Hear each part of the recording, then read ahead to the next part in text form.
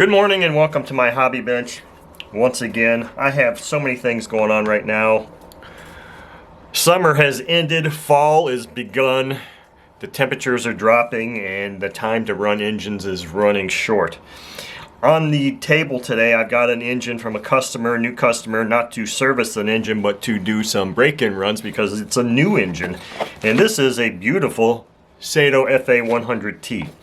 So Victor, this video and next videos of it running are for you. I just want to take a look inside this box and see what all we've got. We've got two exhausts, the flexible exhaust, and we've got the engine. And unfortunately nothing else. So this engine, Victor got this off of RC Groups and he was sold as it's a new engine. And he wanted me to take a look at this thing before I run it and then run some break-in runs on it. So I mean, this is just a spectacular engine as most Saito engines are. And he wanted to make sure that it was actually new, and it's looking quite new to me. Smell test, it passes a smell test.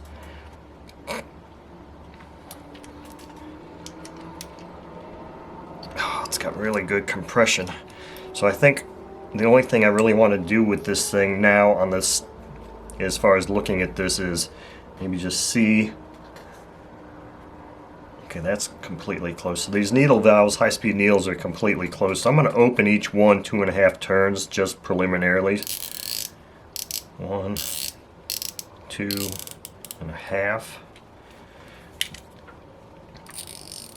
1, 2.5. So each of these is now opened 2.5 turns for starting. The next thing I'm going to do for this engine is I'm going to remove the rocker covers, because one of the things Victor mentioned specifically was he had seen one of my videos where I think it was the first 100T that I got, that I don't know if it was like that when I got it. I think it was that one of the rocker arms was not engaged, or one of the push rods was not engaged fully in the rocker arm, and resulted in a really bad situation. So I'm going to take these covers off and do the initial oiling, lubricating of these moving pieces like the Saito manual recommends, or at least it used to. I don't know if they still do or not. The newer ones might still say that. They always recommend taking the rocker arms off. Yeah, it looks like everything is engaged like it should be. And I'm going to use some of this lightning lube from Boca bearing as high-speed oil, because it's got a nice little needle tip there, and I can just put one drop right where I want it. But you don't really need a whole lot here. Just do the initial lubrication, and just for a matter of course, I always like to put one on the spring and then one underneath the rocker arm. So yeah, this engine looks absolutely beautiful. This is going to be really enjoyable to run.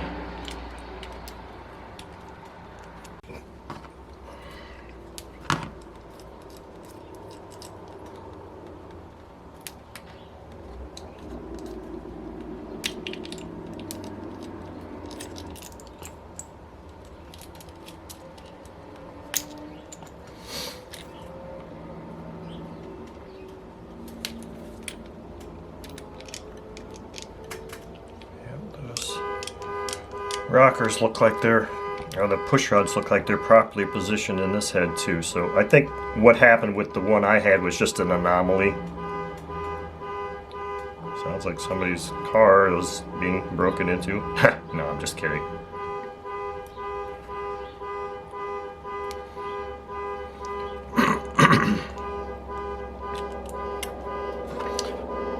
But it'd be nice if they turn that off anytime soon.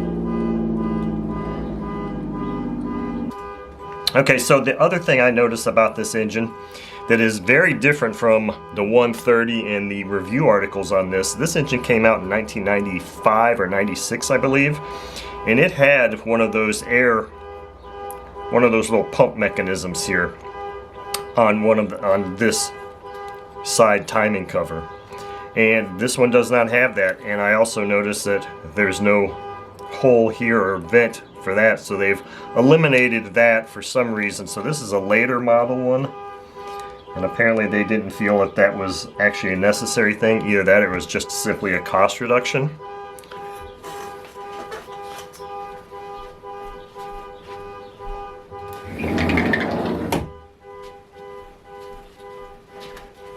Well, it doesn't sound like whoever that is, whoever's car that is, that they're in too big of a hurry to go out and turn that thing off, so I apologize for that. So the next thing is, these are lubed up, they look fine. I am not going to be using the flex exhaust that came with that, just because I don't want to get those all dirty and stuff. So what I'm going to use is I'm going to use a couple of stubs from Saito 45 engines that I've got. A, because I think they look cooler, and B, because, let me see, make sure this thing fits in there. Yeah.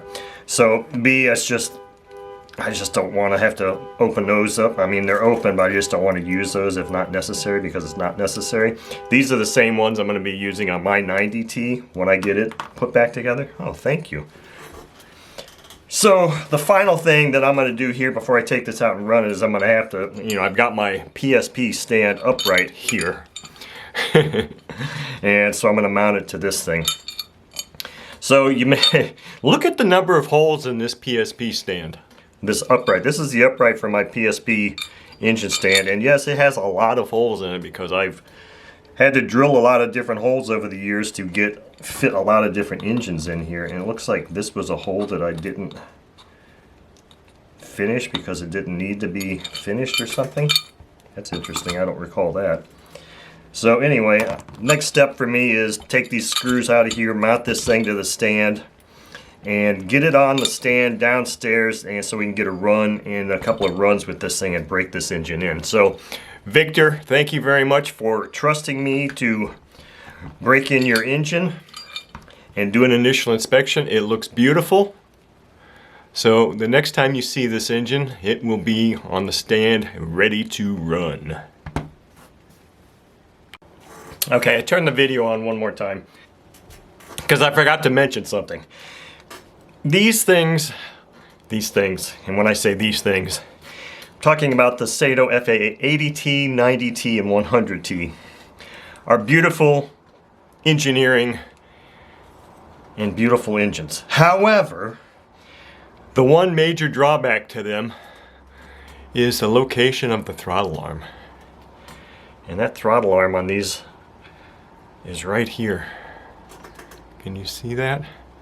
Can you see how difficult that thing is? So what I found is, I just ran downstairs and grabbed my last throttle arm I used on the 90T of Chuck's. And basically all this is just a little 90-degree angle that has a little quick link on it, or a little push thing.